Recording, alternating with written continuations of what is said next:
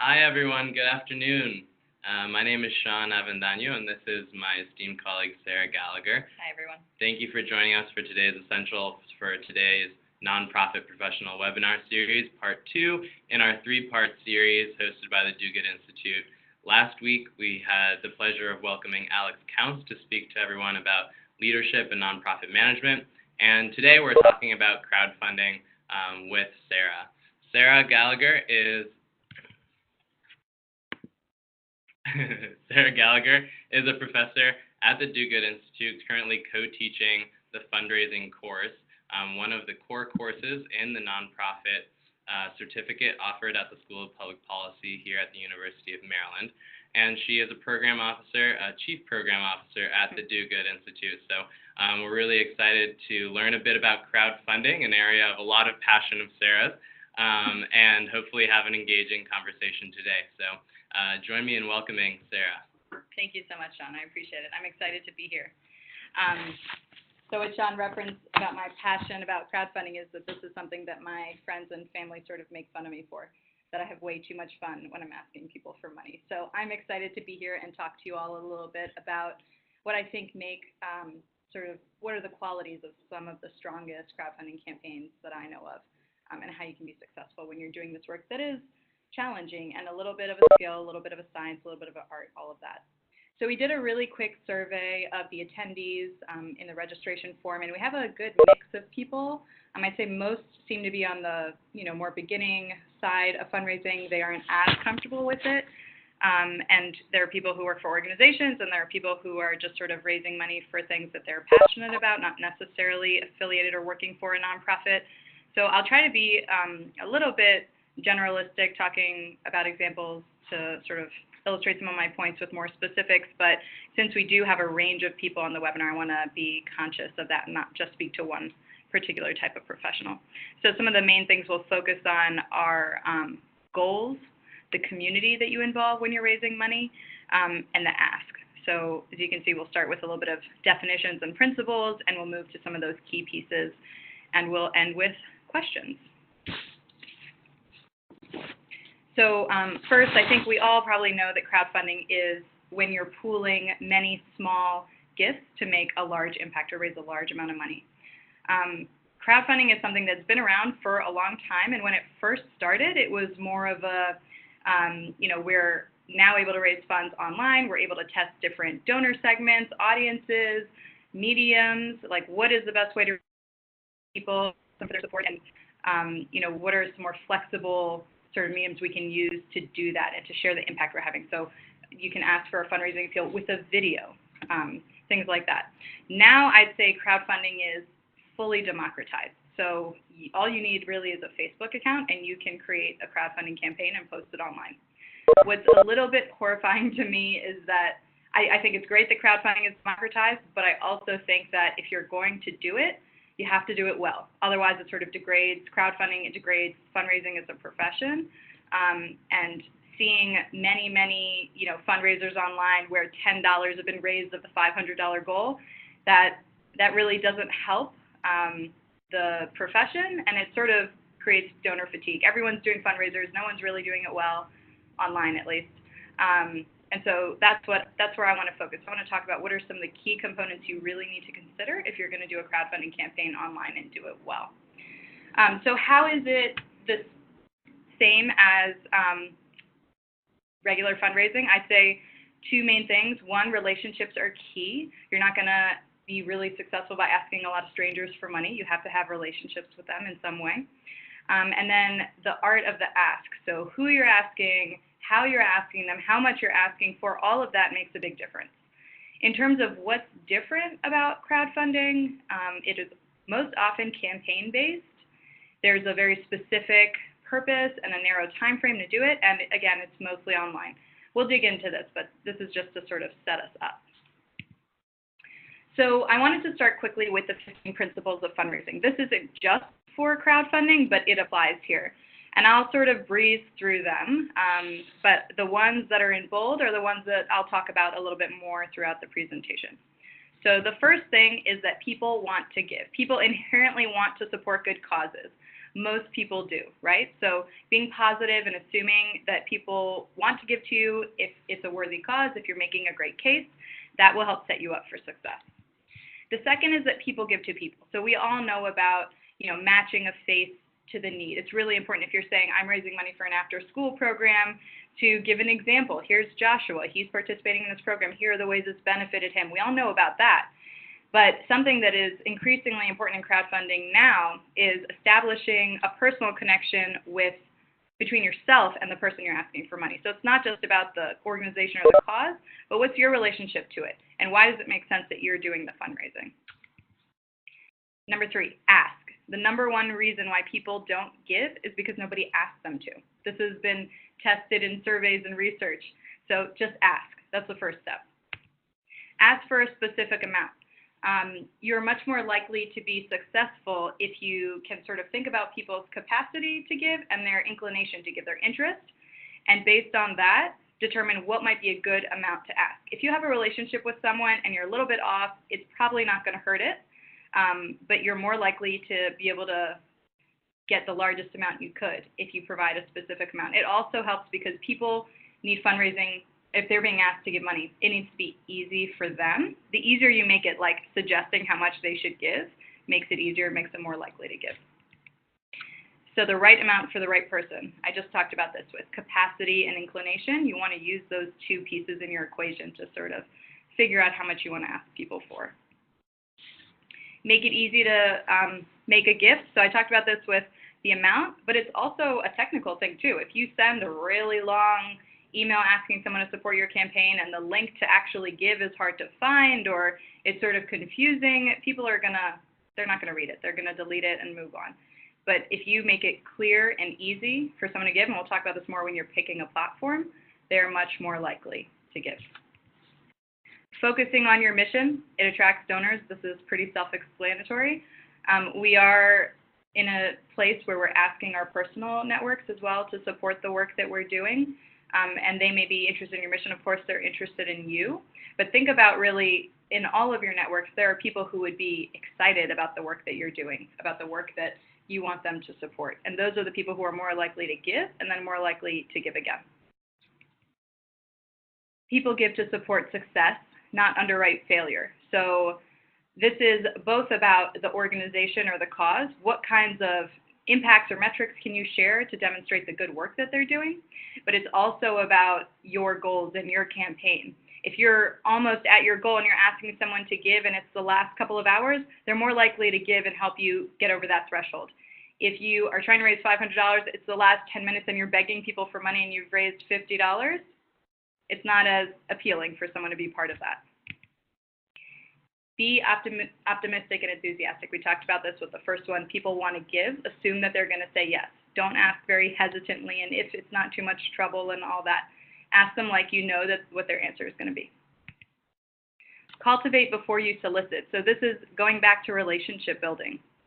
When you're asking someone for funds, however well you know them, this shouldn't be the first time you've spoken to them in a really long time. This isn't an opportunity to rekindle a relationship and ask for money. This should be, this should be sort of an ongoing part of a relationship you have with someone, something that's existing. If you don't know someone well, this isn't the time to ask them for funds. Use your resources wisely. This is both in relation to your time and I guess your time as you're raising funds and the organization and how they use their resources. So some donors have a lot of questions before they want to give. They want to know about overhead. They want to know about how many students have been impacted by the summer program, for example. But in terms of your campaign, it's really important to think about the time that you have and prioritize certain donors, certain channels, and really use that to your advantage. Be a good manager. Keep great records. This is part of stewardship. So once the gift has been made, that is by no means the end of the transaction, right? Saying thank you and keeping accurate records of how much someone gave is really important to getting them to give again. I have been burned by this with certain places that I've given to, and they didn't keep proper records. When they sent me another appeal, they asked me to raise my gift by a certain amount, and it was all wrong. It was like they were sending me info about somebody else, and I haven't given to them again. Say thank you promptly and appropriately. So this is the first step in stewardship, is saying thanks. A big reason why donors don't give again is because they weren't thanked, or they weren't thanked appropriately. You're not going to send the same thank you to someone who gave $10 to your campaign as someone who gave $1,000 to your campaign. The thanks should be, or the method of saying thank you should be different, and probably different number of times that you're saying thanks. Enjoying your work, making it fun. There are a lot of ways to do this, especially with crowdfunding, that is, though online, a highly personal, high-touch, method. And we'll talk a little bit more about the community that you're engaging to raise funds, who's working with you. There's a way to make it fun among those folks as well. You're doing this together. It's a team effort. And then the last one, keep building relationships. So this is just emphasizing again that fundraising is not transactional. It's not you're raising money at the end of the year and that's the time of year you reach out to people every year. You want to engage them throughout.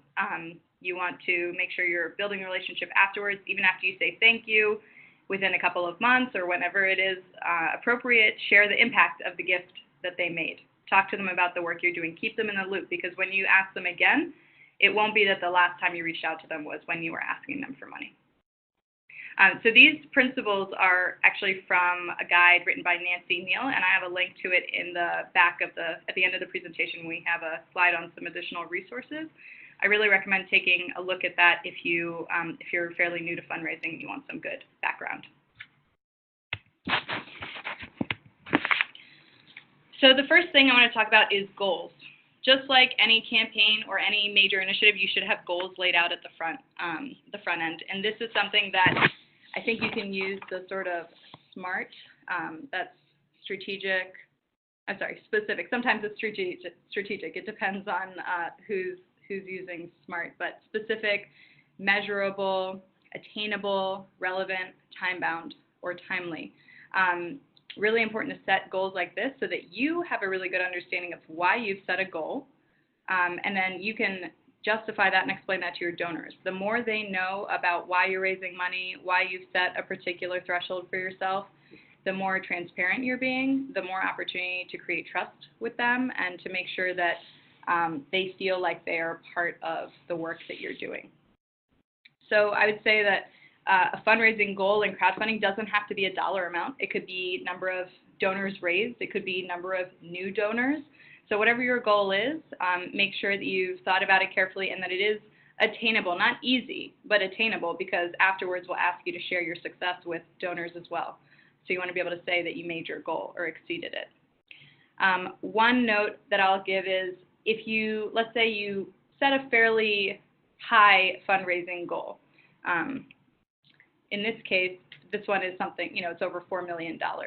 But this is a gift table, and it gives you a good sense of, if I want to raise $4 million, here is realistically how I'm going to have to raise that. I'm going to have to raise a certain number of gifts at, $150,000, at $75,000, and then you're going to have to know that not just are you going to be able to raise 1, 2, 5, however many gifts it is at that level, but those are people who are saying yes. So you need to have way more than that in prospects, because not everyone is going to say yes. Yes, you should assume that the answer is yes, but especially with high gift amounts, it's a bit of a gamble. You can't just have one prospect for each line and assume that you're going to make your goal. So this is a much higher level of campaign than I think some of the people on this call are going to be engaging in, but it's just an example. You can do this with any level gift. And I would even recommend matching specific prospects on each line as well, making another column. So in the first line, you have $150,000. You need one gift at that level. You need 4 prospects. List them out, because these are people that either you or the organization or someone in your campaign network has a relationship with. And if you can't think of 4 prospects for that gift amount, it means you probably need to revisit your goal. One other thing I wanted to say about your goal and making it personal and sort of engaging donors and making them feel part of that. Let's say that your goal is about a certain number of donors for a campaign. So you could reach out to certain people in the gift table. Let's say you have the $100 level, and you've decided that you need 10 people to make that $100 gift for you to make your goal. You can reach out to people who are on that prospect list and ask them, to be one of your 10. Say that your goal is to, even if this isn't the whole thing, this is just one line in the gift table, your goal is to get 10 people to give you $100,000 for your cause on April 2nd. Will you be one of my 10? That's not the entire ask, that's one line in the ask, but there are some key words in there. You, me, goal, our, count on you. You know, these are words, 1 of 10. These are things that sort of emphasize the partnership and the importance of the donor's role and that they are part of your success. Okay, a couple notes about time and place. So something with crowdfunding that's really important is taking advantage of, it's okay, I don't need them, taking advantage of particular events. Let's say it's a giving day. Let's say it's your birthday. Let's say there's a matching opportunity that's made itself apparent and you want to take advantage of it. People want to know, why are you asking now and why should I give now? If there's, and even further, if there's a specific day that you want to raise funds on, and it's really important that it be on that day. At University of Maryland, we have Giving Day. It's in March of every year, and that one day has a lot of challenges, matching opportunities, and it's for the UMD community. There's a reason why we want to have all our donors give on that day, because we can leverage and take advantage of other things like matching gifts, like our challenges. You all are familiar with these concepts, I think. So it's really important to express to your donor why that particular day, time, week, whatever it is essential, because otherwise they might read your appeal or hear what you're saying and say, oh, I can just give to them later, I can give them the following week. And yes, a gift is always welcome, but obviously there are things that you can take advantage of, things that they can leverage with their gift by giving in this particular time frame. So just make sure it's clear. I think it's really important to meet donors where they are. So we'll talk a little bit about platforms on the next slide, but most people today are comfortable giving online. Most people are comfortable taking a link and going to a crowdfunding site and making a gift, and they've done that before. But some people aren't. Some people might not be comfortable using credit cards online. Some people might think that that's kind of a waste of time and too much effort. So I'm talking in general about two different ends of the sort of demographic spectrum here. So I'll give you an example. When I raise funds for whatever cause, I start with my personal networks. That's my family, my friends, people who I know will say yes because of their relationship with me and because they believe in what I'm doing. Now, if I excluded my grandmothers from that, who I know can give me a nice, pot seeding gift just because they don't want to use their credit card online, then I'm missing out on an opportunity to show that I'm getting closer to my campaign, to show some impact in terms of my goal. So often with them, I work something out where they give me some funds and I make the gift online for them in their name. And that's easy enough for me to do, and I'm not leaving people out who could be important supporters of my mission just because they don't want to use their credit card online. On the other end of the spectrum, at the university, there's a student group here that raises about $1 million a year, mostly from campus. And something that they started doing in the last few years is incorporating Venmo into how they're soliciting gifts.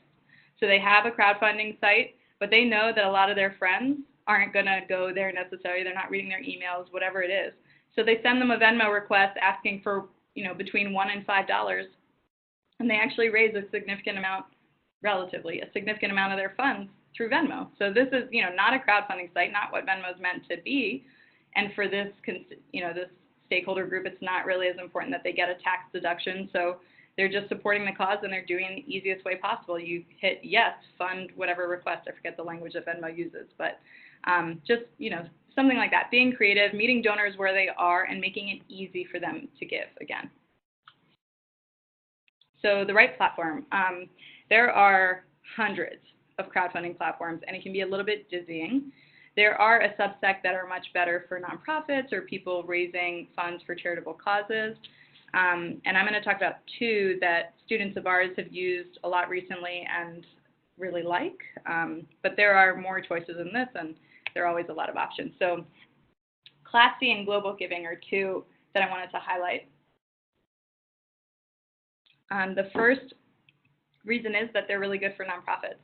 They sort of get it, and this is their core constituency. There aren't a lot of people on these sites raising, well, on GlobalGiving there aren't any, and on Classy there are a few that are raising money for a new business or launching some kind of prototype in the private sector. The second reason is that both of these sites really understand that if they're going to be successful as sites, the people who are running campaigns on their sites need to be successful. So to that end, they offer a lot of resources. They offer tech support, they offer resource guides, they have webinars. They want to make sure that people raising funds on their site know how to do it and have sort of best practices under their belt. There are links to some of these resources on the slide at the end as well.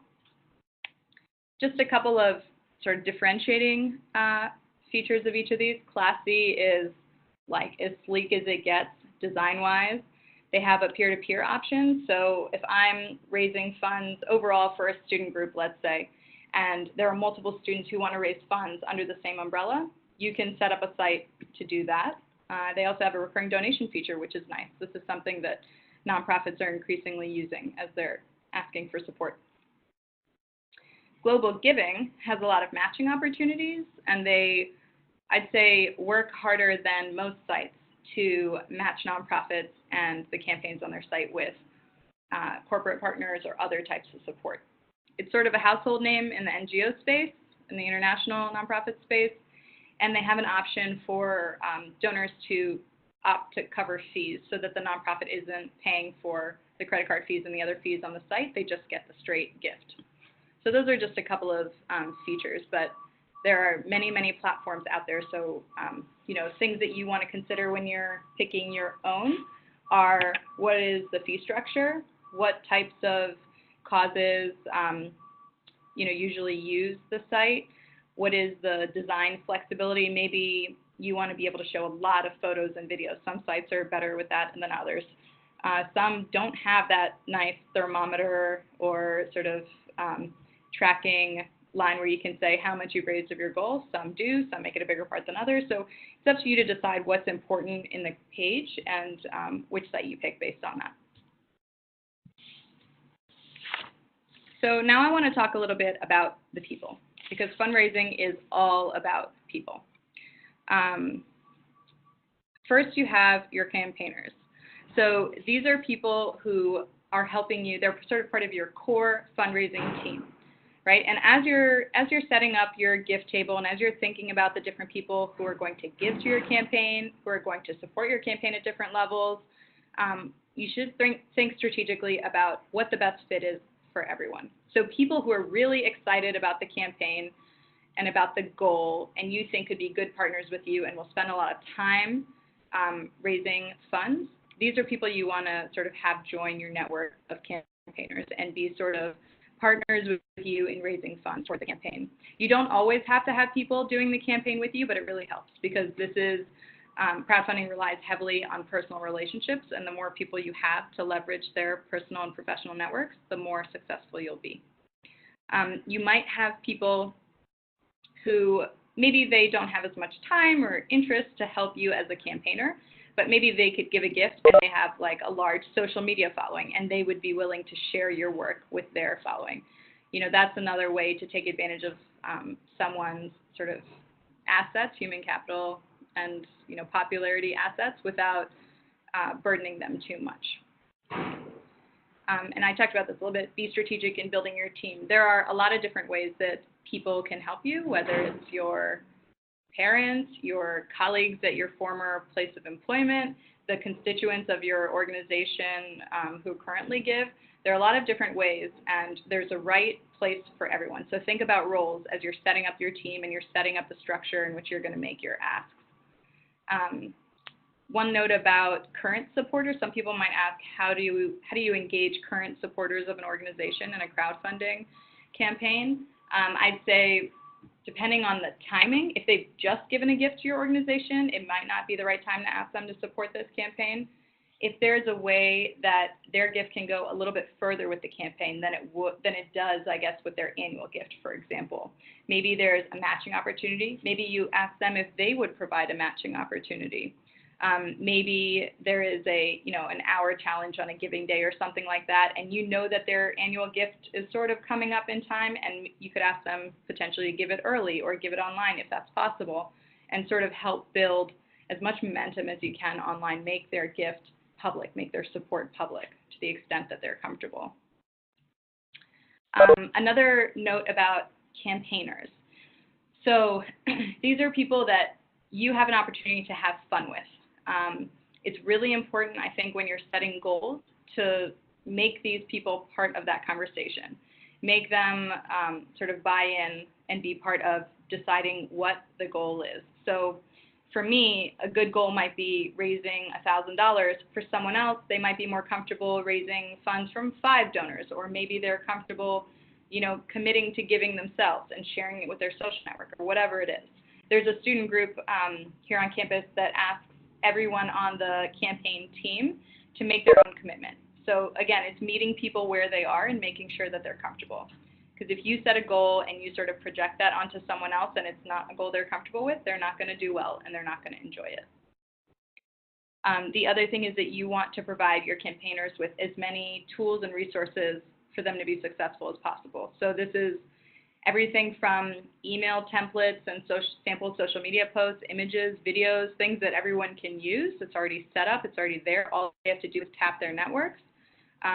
To all the way to helping them think about what prospects in their network might be good to ask, or doing sort of practice asks with them if they're asking somebody in person.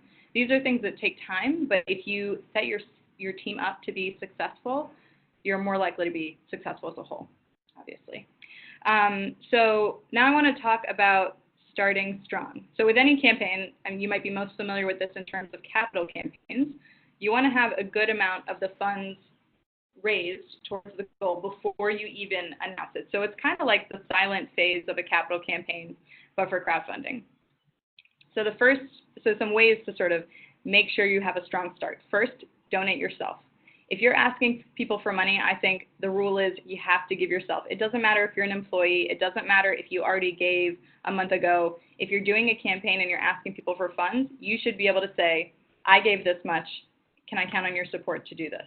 Or if you don't want to be in a situation where someone asks you, okay, I'm thinking about making a gift. How much did you give? And you say, oh, actually, I didn't make a gift. Why would that person give if you're not supporting the cause or the campaign that you're sort of advocating for? And then there are two concepts, top down, and I'll just bring both of these out now. So top down and inside out. This is sort of a key principle in fundraising. Doesn't matter if it's crowdfunding or annual gifts or whatever it is. You want to start with the biggest gifts first, and you want to start with people closest to the project or the campaign first. So this is starting with yourself, make a gift yourself. Then you ask the people who are really close to the organization, whether it's the other employees, it's the board members, it's regular donors. And a lot of times, the biggest gifts do align with those who are closest to the project. Not always, but these are the places you want to start because that's where you have sort of a higher probability of success, and it demonstrates to people who are less close to the initiative that the people closest to it believe in it, support it, and have already made their commitment. And of course, this helps seed the pot. So I would recommend, if you're going to launch, and I'll talk about this actually in the next slide, but if you're going to launch a campaign on a particular day, it's really important that you are reaching out to people well in advance of that. You want to give them warning that this day is coming up. It's only a 24-hour period. You want to make sure they know about it. They know what you're doing. They know that you're going to remind them the day of, and maybe even at a particular hour if you haven't gotten their gift yet.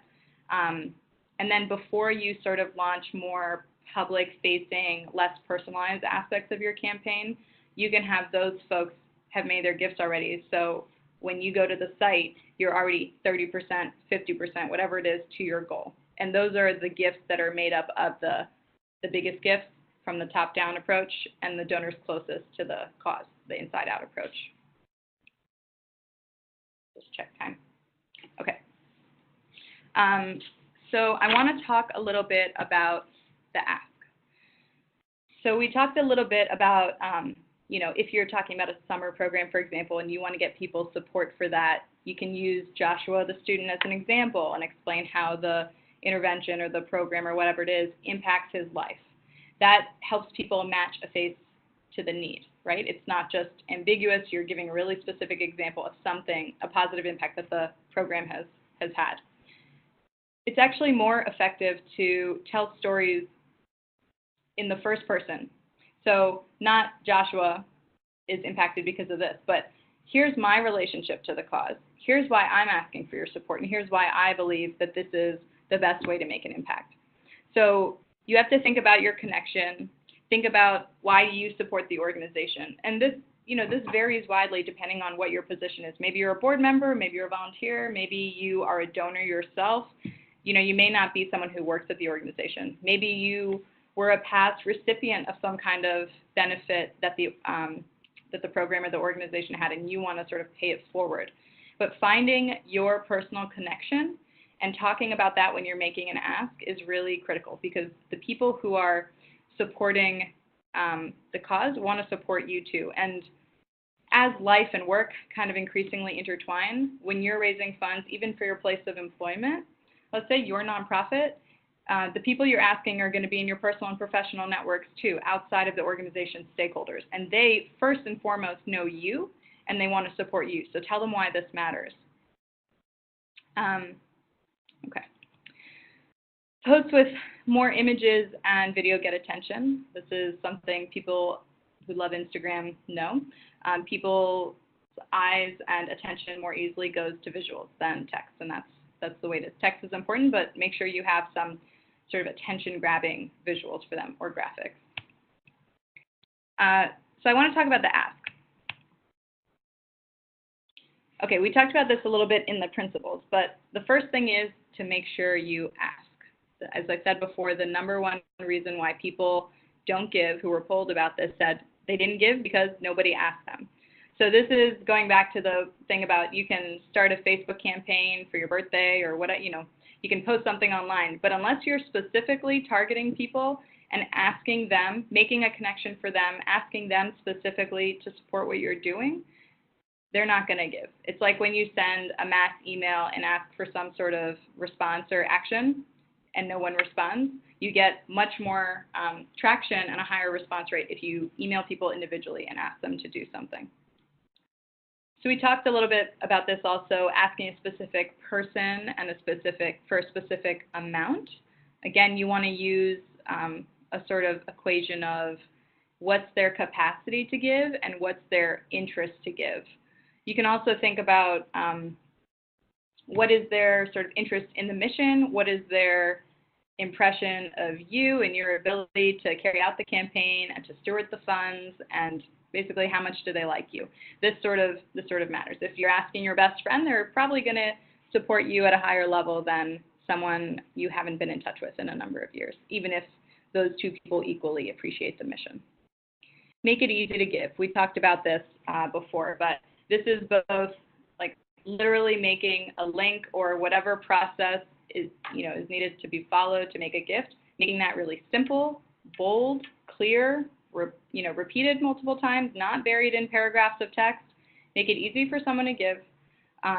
That's technically, like I just said, and then again, you can suggest an amount for them to give, and that makes people who might be hedging because they're not sure what the right gift is, might make it easier for them to give because you've already made it. You've given them the suggestion. You've made it easier. In terms of formulating your ask, not particularly in this order, but these are some things you want to consider. The ask is different depending on who you're asking and what the medium is, but here are some things you want to keep in mind. Ample advance warning, which I mentioned before, especially if it's like a one-day campaign.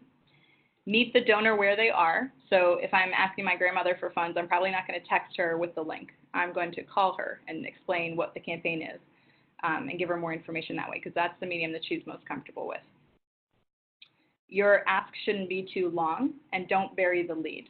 You want to talk about, in sort of succinct, impactful language, why you're doing what you're doing, what difference it'll make, and talk about the opportunity for the donor to, in partnership with you, make a positive impact, and tell them how they'll do that, what their, how much of a gift would do that, what the gift would be used for, and how much of an impact it makes, what it does for Joshua in the summer program. You want to establish your personal connection to them and to the cause, and explain why you are, why you believe in the cause, why why you've been volunteering for them. Have you seen the impact firsthand? Whatever the connection is, you want to express that in the ask. We talked about making the link to give bold and putting it in multiple places, and suggesting an amount. One thing I'll say about time as you're developing your ask and your plan for your campaign is that this isn't something you can do sort of on the fringes of work. This is a full-time effort. If you are trying to raise big money for a particular giving day, this means planning 2-3 months in advance at minimum. Laying out your timeline, when is the first time you're going to tell people about your campaign? And I mean every single person on your prospect list, individually. This is the way you get the most traction, is by asking people one-on-one, giving them a lot of advance warning, reminders, following up with them individually, and keeping track of if they've made their gift or not. Saying thank you. This is the first step in stewardship. And this is a reason I mentioned before why a lot of people don't give again to an organization. Maybe they weren't thanked, or maybe they weren't thanked appropriately. So there are a few keys here. You want to say thank you more than once. It doesn't matter if it's a $10 gift or a $1,000 gift. Maybe the number of times you say thank you will be different, but more than once is appropriate. You want to say thank you personally and publicly. So whether it's the next time you see that person, you thank them again, even if you've already said thank you by email and you gave them a shout out on social media. You want to say thanks again when you see them in person. When you thank them publicly, especially if you're using Twitter or Facebook or something like that as a main sort of medium for your campaign, it can help build momentum. So if you're saying thank you to a particular person, you're giving them a shout out, you don't have to say the amount of their gift, unless they're comfortable with that. But you're telling other people in your network and people who maybe you asked and who haven't quite given yet that these people are supporting your campaign. These people are giving, and you're giving live updates about it. People want to be part of that. People want to be recognized.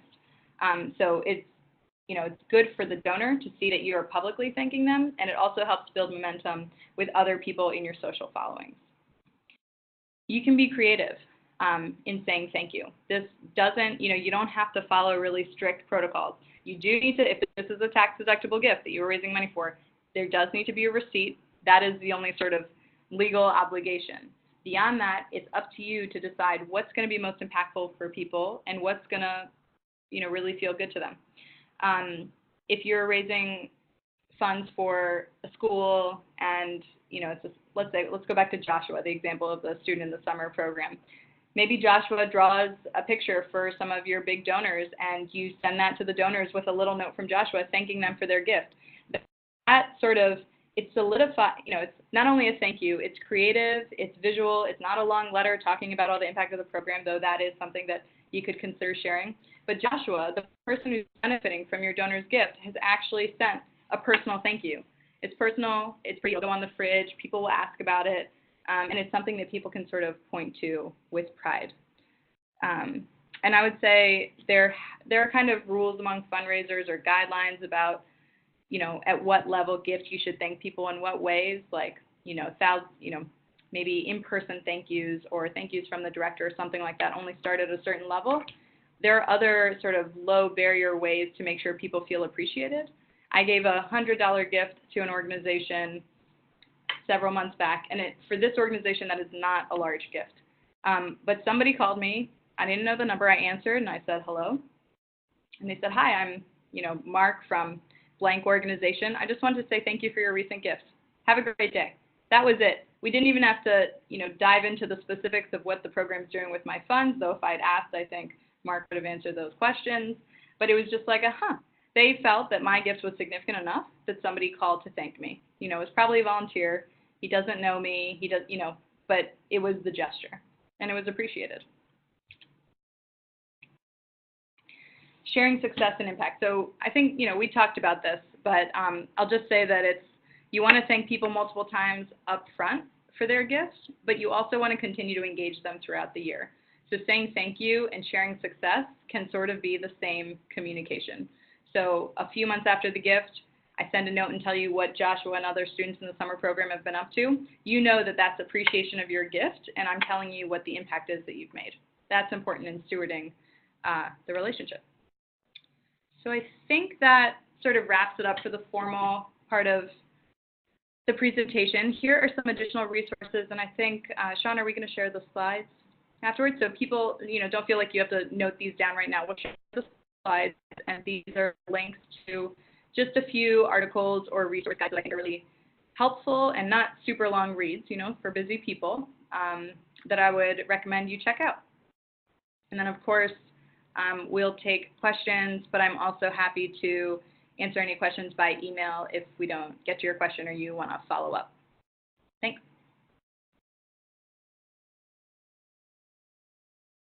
Okay. Yes, I can see it. Sorry, it was a little bit hidden.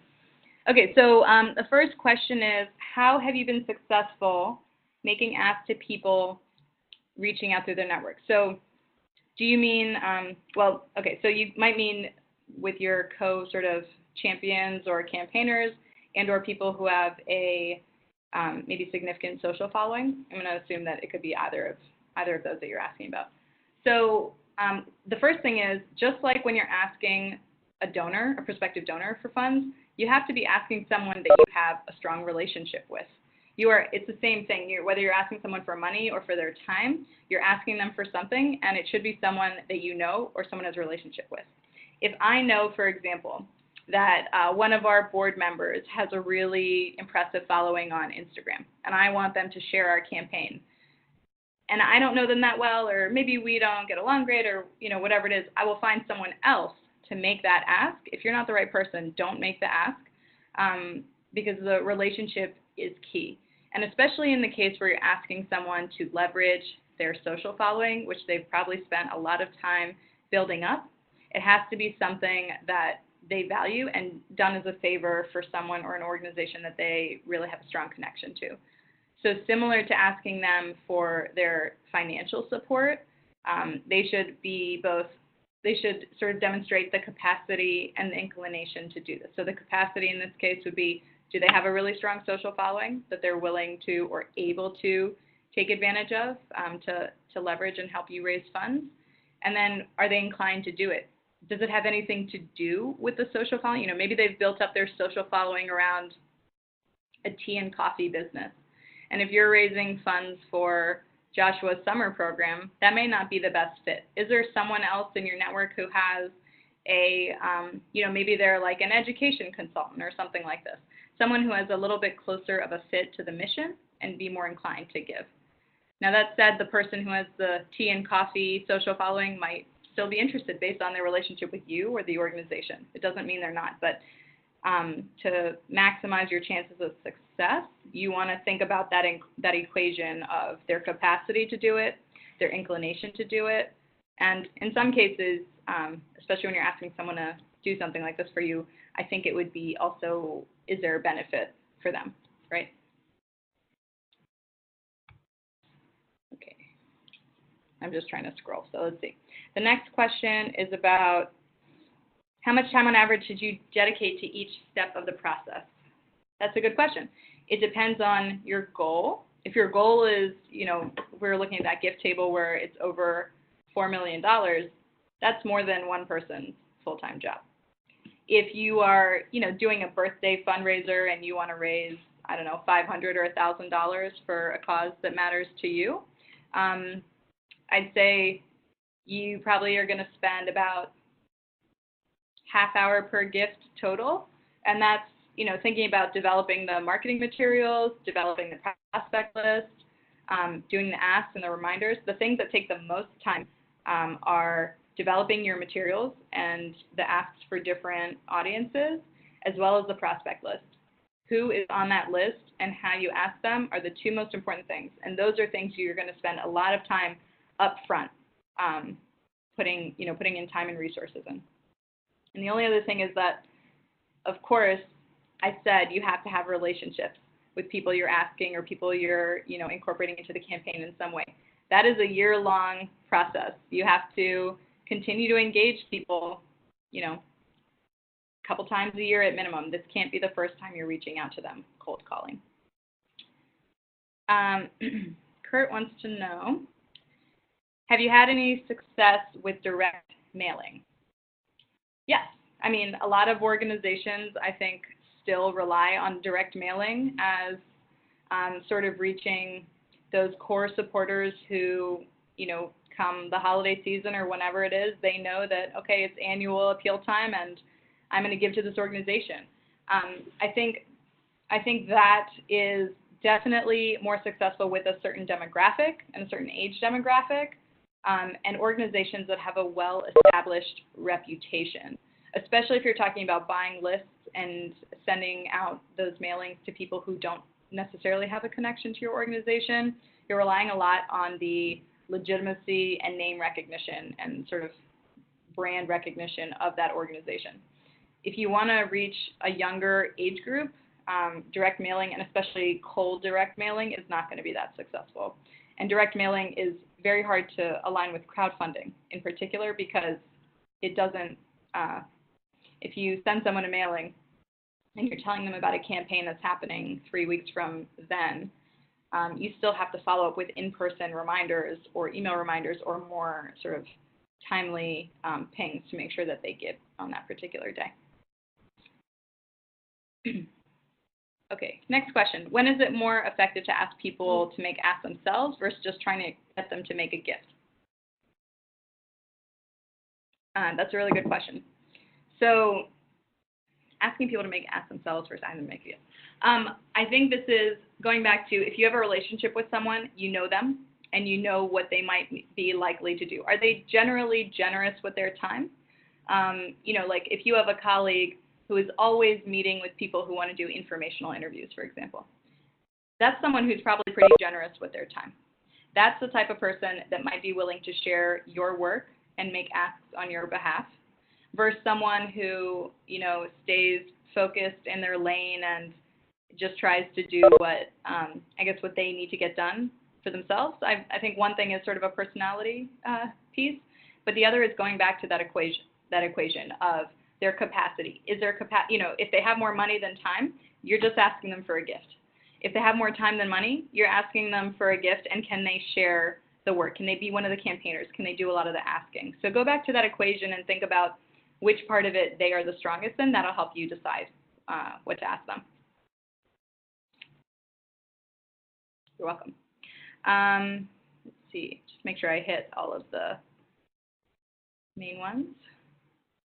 Okay. Great.